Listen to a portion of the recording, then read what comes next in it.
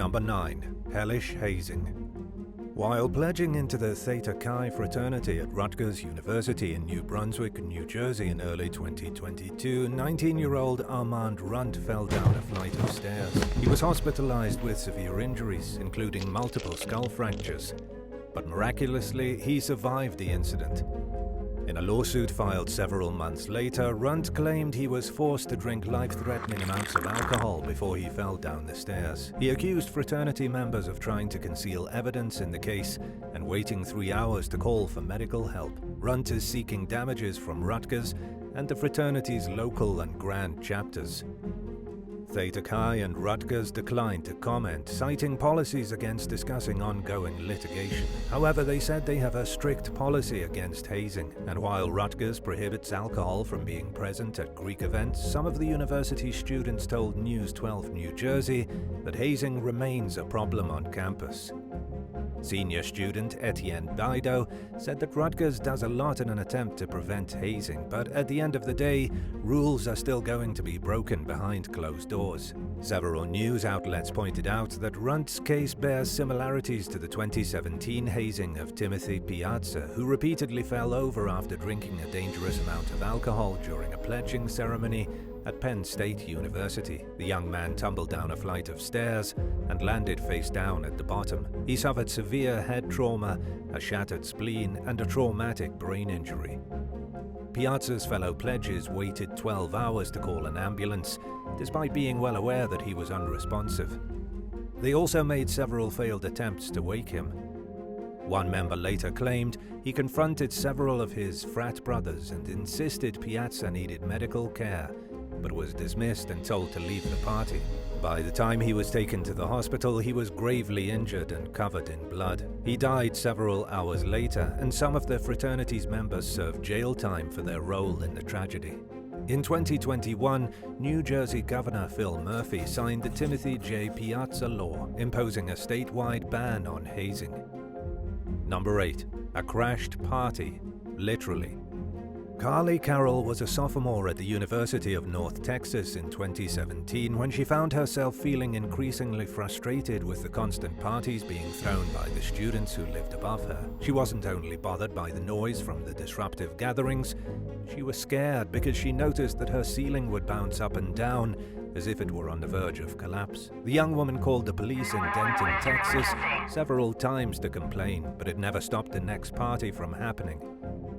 After a major football victory against the University of Texas, Carly's upstairs neighbors threw one of their biggest bashes yet, with as many as 100 people cramming into the third-floor apartment.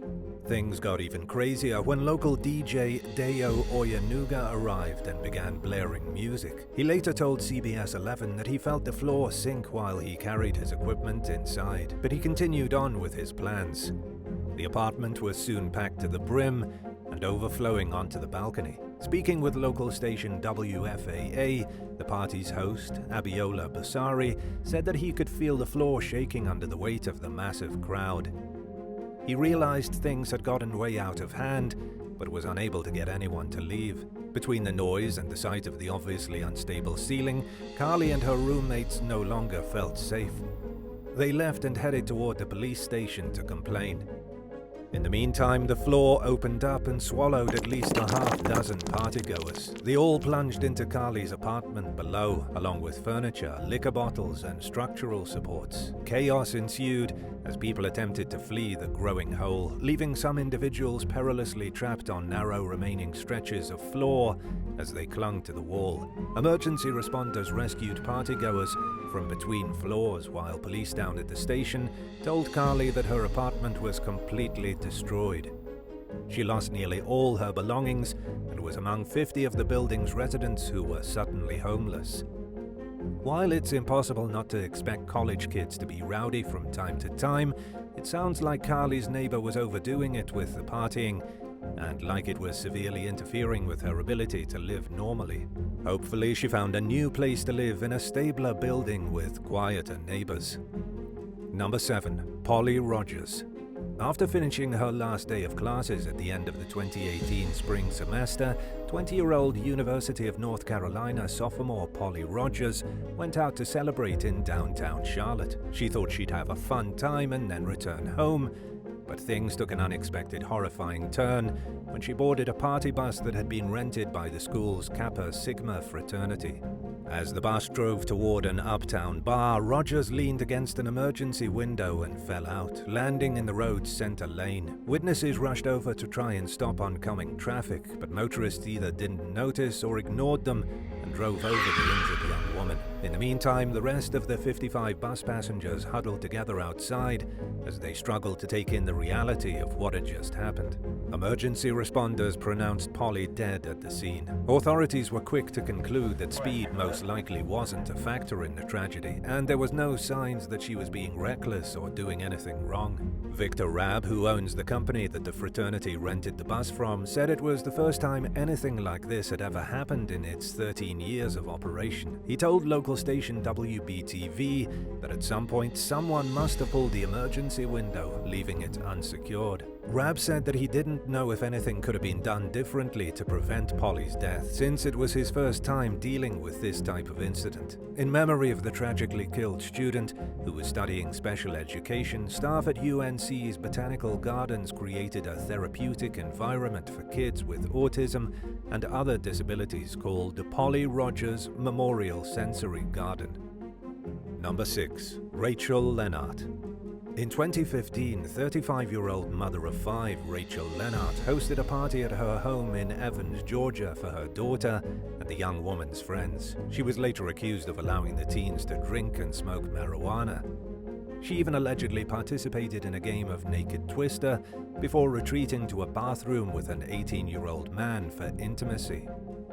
Things got even more bizarre after the bathroom encounter when Lennart supposedly put on an obscene performance in the living room while partygoers watched. After the bash, the former Mormon Sunday school teacher realized her behavior was out of control and vowed to quit drinking, which she'd started doing recently after separating from her husband. She sought help from Alcoholics Anonymous and spilled the details of the wild party to her sponsor. Her sponsor then reported Lennart's disturbing claims to the Columbia County Sheriff's Office, and an investigation was launched. She was charged with 2 counts of contributing to the delinquency of a minor and ended up losing custody of all 5 of her children. She was sentenced to 6 years of probation, and she reassured the public that she was dedicated to remaining sober and getting professional help to prevent her from behaving in such an unacceptable way ever again. An undisclosed source told the New York Daily News that as someone who grew up in the Mormon church, Lennart never drank alcohol until well into her adulthood. She began hitting the bottle after her husband of 15 years returned from a military deployment to Iraq with anger issues and post-traumatic stress disorder. According to the source, as an inexperienced drinker, Lennart didn't know how to handle her alcohol. This meant that she did herself a huge favor by quitting, especially after a handful of bad decisions nearly ruined her life. Number 5. Millie Robinson and Bailey Meadows. During the early days of the coronavirus lockdown in April 2020, police responded to a noise complaint at a residence in the English town of Eastbourne. It was clear to the officers that an illegal party was going on in violation of COVID-related restrictions. They were met by 2 combative young women who denied them entry into the home. The girls also punched and kicked the officers, and they threw a toilet roll holder at them. One of the suspects, 21-year-old Millie Robinson, was noticeably intoxicated and warned a female officer to watch out, claiming she was infected with the coronavirus. When a male officer tried to arrest Robinson, she became violent. She and her friend, 21-year-old Bailey Meadows, were arrested for their behavior. In court, Robinson's lawyer said his client was struggling to adjust to lockdown, which had caused her mental health to decline. The attorney defending Meadows also cited mental health struggles, but said that his client didn't remember much of the incident. Robinson pleaded guilty to 2 counts of assaulting an emergency worker and was sentenced to 6 months in jail. Meadows pleaded guilty to assault with actual bodily harm and received a 1-year sentence. Number 4. Terror at Texas A&M. 2 people were killed and at least a dozen others were injured in 2019 when a gunman opened fire on a crowd at a party in Greenville, Texas. 4 of the survivors were rushed to the hospital in critical condition. Most of the attendees at the off-campus homecoming bash were Texas A&M University students. As many as 750 people packed into the bar-like party venue. When the shots rang out, hundreds of partygoers frantically tried to flee the building, with some even shattering the windows in their attempts to escape. Law enforcement was already on the scene in response to complaints about vehicles parked illegally along the side of the road. They were questioning a seemingly drunk partygoer when the chaos broke out, but were unable to immediately pursue the shooter due to the panicking crowd. This gave the suspect an opportunity to quietly slip away into the night. During a news conference, Hunt County Sheriff Randy Meeks said that the attendees were being uncooperative with investigators and that nobody seemed willing to provide a description of the shooter. It was hard to believe that not a single person caught a good enough look at the perpetrator to describe them to the police. Authorities arrested a 23-year-old suspect, but the charges were dropped just weeks later. If anyone knows anything about the shooter, they're keeping tight-lipped about it, and the case remains unsolved to this day. Number 3. Maskless mayhem. In early 2021, somewhere between 500 and 800 students from the University of Colorado's Boulder campus flooded the streets of a nearby neighborhood. They partied outside for hours without their COVID masks, setting off fireworks, blaring music, and even flipping over a car. Police arrived in a SWAT vehicle and warned the partygoers to leave the area over a loudspeaker, threatening to deploy tear gas if they failed to comply. That was all some students needed to hear to convince them to leave, but others were less cooperative. The stubborn stragglers began yelling expletives. They charged at the cops. Some of them even threw rocks and bottles at the officers. The chaos eventually dissipated, leaving some officers with minor injuries and damage to property and cars, including street signs and emergency responders' vehicles. In a news conference following the mayhem, Boulder County District Attorney Michael Doherty made it clear that what happened wasn't a party, but a riot. He and other officials vowed to track down those responsible for the reckless behavior so they could be held accountable for their actions. By the time the investigation concluded months later, 10 arrests had been made in connection with the destruction, and 3 suspects had warrants out for their arrest. Number 2. Carly Wood. During the early morning hours one day in November 2022, police were dispatched to a home in Omaha, Nebraska in response to a reported shooting. They arrived to find 20-year-old Carly Wood dead from a gunshot wound. 7 others at the scene had also been shot, but they were still alive. The survivors were rushed to the hospital with non-life-threatening injuries. Investigators concluded that the shooting wasn't random, but they don't believe Carly was the intended target. She was simply in the wrong place at the wrong time, and she paid for it with her life, bringing her dreams of home ownership to an untimely end. Authorities urged the public to come forward with tips that could help solve the crime and offered a $25,000 reward for information leading to the shooter's identification and arrest. Several weeks later, they charged 25-year-old Imhotep Davis with 7 felonies, including second-degree murder, assault, using a weapon to commit a felony, tampering with evidence, and more.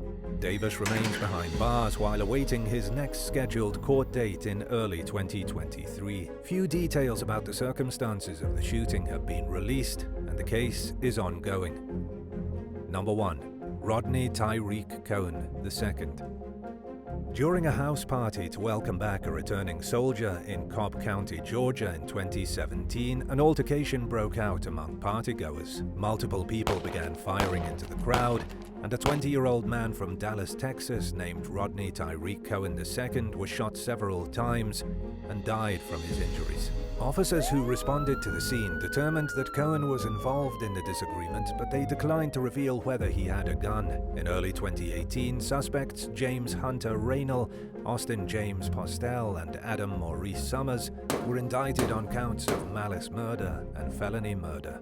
The story went quiet in the news, and the outcome of the case is unclear. Records show that Raynal was released from prison in June of 2022 after serving a year behind bars for what appear to be unrelated charges. Would you rather have a neighbor who occasionally throws loud parties on the weekends that last into the next morning, or a family with a large number of kids who constantly scream and fight? Let us know in the comments below. If you enjoyed today's video, be sure to subscribe to the channel. Thanks for watching, and we'll see you next time. Bye.